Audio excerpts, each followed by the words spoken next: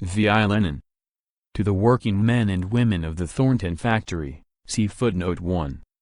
Written and first published in a mimeographed edition in November 1895, published according to the text of the leaflet, checked with the text in the miscellany Rabotnik, numbers 1-2, 1896. Source: Lenin Collected Works, Progress Publishers, 1972, Moscow, Volume 2, pages 81-86. Working men and women of the Thornton Factory. November 6th and 7th should be memorable days for all of us. The weavers, by their solid resistance to the employer's pressure, have proved that at a difficult moment there are still people in our midst who can uphold our common interests as workers, that our worthy employers have not yet succeeded in turning us for all time into the miserable slaves of their bottomless purses. Let us, then, comrades, stand firm and steadfast and carry on to the very end. Let us remember that we can improve our conditions only by our common and concerted efforts. Above all, comrades, don't fall into the trap so cunningly prepared for you by Messrs. Thornton. They reason as follows: there is a hitch now in disposing of our goods, so that if we keep to our previous working conditions we shall not get the profits we got previously. And we are not ready to take anything less. So then, we'll have to tighten up on the workers, let them shoulder the cost of the bad prices on the market. But the job has to be done cleverly and not in any old way, so that the worker, in the simplicity of his mind, will not understand what sort of a tidbit we are preparing for him. If we tackle all of them at once, they will all rise up at once, and we shan't be able to handle them, so we shall first dupe those miserable weavers, and then the others won't get away. We are not accustomed to restrain ourselves in dealing with these creatures, and what for, anyhow? New brooms sweep cleaner here. So then, the employers, who are so full of concern for the workers' well-being, want to quietly and steadily impose on the workers of all departments what they have already imposed on the weavers. That is why, if we all remain indifferent to the fate of the weaving sheds, we shall dig with our own hands a pit into which we, too, shall soon be thrown. Latterly the weavers have been earning, in round figures, 3 rubles 50 kopecks a fortnight, and during the same period families of 7 have contrived somehow to live on 5 rubles, and families consisting of husband, wife and child on 2 rubles in all. They have sold the last of their clothes and used up the last coppers they earned by their hellish labor at a time when their benefactors, the Thorntons, were adding millions to the millions they already had. To crown it all, ever new victims of the employer's avarice have been thrown out on the streets before their eyes, and the pressure has been regularly increased with the most heartless cruelty.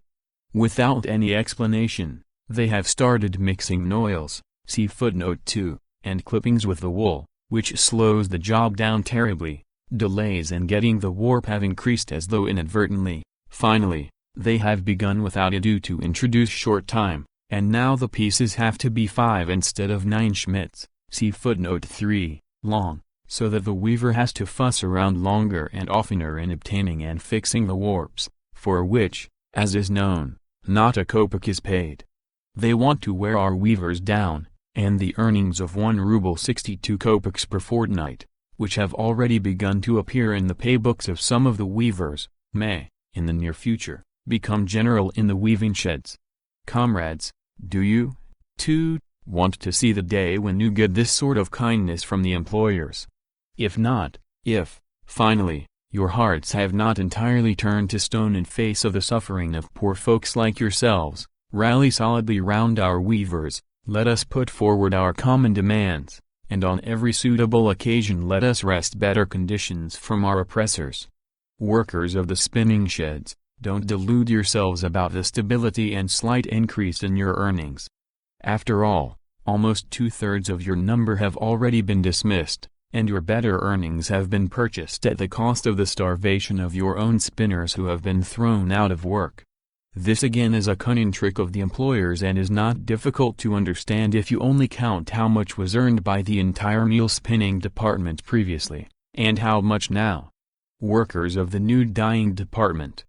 12 rubles a month, all told, is what you now earn, at the cost of 14 1/4 hours daily work, saturated from head to foot with the murderous fumes of dyes, Pay attention to our demands. We also want to end the illegal deductions made from you due to your foreman's inefficiency. Laborers, and all skilled workers generally. Do you really expect to retain your 60 kopecks a day, when the skilled weaver has to content himself with 20 kopecks a day? Comrades, don't be blind, don't swallow the employer's bait, stand up for one another more firmly, otherwise it will go badly for all of us this winter. We must all keep a most watchful eye on the employer's maneuvers aimed at reducing rates, and with all our strength resist every tendency in this direction, for it spells ruin for us. Turn a deaf ear to all their pleadings about business being bad. For them it only means less profit on their capital, for us it means starvation and suffering for our families who are deprived of their last crust of stale bread. Can there be any comparison between the two things? They are now putting pressure on the weavers first of all, and we must secure 1. An increase in weavers' rates to their spring level, that is, by about 6 kopecks per schmitz. 2. That the weavers, 2. Be brought under the law which says that the worker must be told how much he can earn on a job before he begins it. Let the rates list, bearing the factory inspector's signature, exist not only on paper, but in reality, as required by law. For weaving, for example, the existing rates should be accompanied by information about the quality of the wool, the quantity of knolls and clippings in it, and there should be an estimate of the time required for preparatory work. 3. That the working time be so distributed that we do not stand idle through no fault of our own. Now, for example, things are so arranged that on each piece the weaver loses a day waiting for warp, and since the piece is becoming almost half its former size, the weaver will suffer a double loss, regardless of the rates list. If the boss wants to rifle our earnings this way, let him do so outright, in such a manner that we definitely know what he wants to squeeze out of us. 4. That the factory inspector sees to it that there is no trickery about the rates, that there are no double rates. That means, for example, that the rates list should not contain two different rates for one and the same kind of article, only with different names. For example, we got 4 rubles 32 kopecks apiece for weaving beaver, and only 4 rubles 14 kopecks for ural, see footnote 4, yet as far as work goes isn't it one and the same thing? A still more impudent piece of trickery is the double price given for goods of one denomination. That way Messrs. Thornton dodged the fines laws, which state that a fine may only be imposed for such damage as results from the worker's carelessness, and that the deduction has to be recorded in his paybook under the heading fines not later than 3 days after writ is imposed.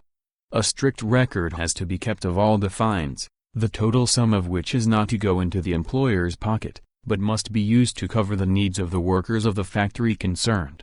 With us, however, we have but to look at our books. There are empty spaces, there are no fines, and one might think our employers are the most kind-hearted of all. Actually, however, due to our lack of knowledge, they dodge the law and easily fix things to suit themselves.